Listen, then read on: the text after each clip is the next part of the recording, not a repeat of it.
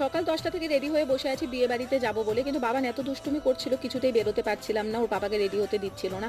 আর একটু হলে সবকিছু মিসই হয়ে যেত। যাই হোক, এসে পৌঁছলাম।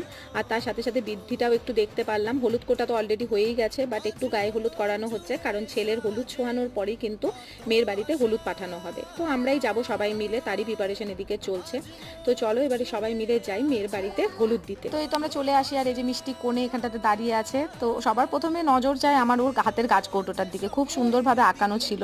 আমার বিয়েতেও না সব কিছু আমার এক বান্ধবী তনুশ্রী ও সব কিছু আঁকিয়ে দিয়েছিল। আমার যদি একবার মাথায় আসতো তাহলে আমার বিয়ের গাছ কৌটোটাও আমি এমন করে ডিজাইন করে নিতাম, কিন্তু তখন আমার মাথায় আসেনি। তো যাই হোক, সবাই মিলে একটু হলুদ টলুদ লাগানো হলো, তারপর এখানটাতে সবার গায়ে একটু একটু হলুদ ছোঁয়ানো হচ্ছিল। দেন সবাই মিলে স্নান করালাম। তো এখন ও হয়তো বা সাজগোজ করতে চলে যাবে, আর আমরা একটু মিষ্টি মুখ করলাম, দেন একটু কোল্ড ড্রিঙ্কস খেলাম। তারপর ওই হাসি ঠাট্টা গল্প করে সবাই মিলে বাড়ি চলে আসি, তার কারণ অনেক কাজ বাকি আছে। চলো দেখা।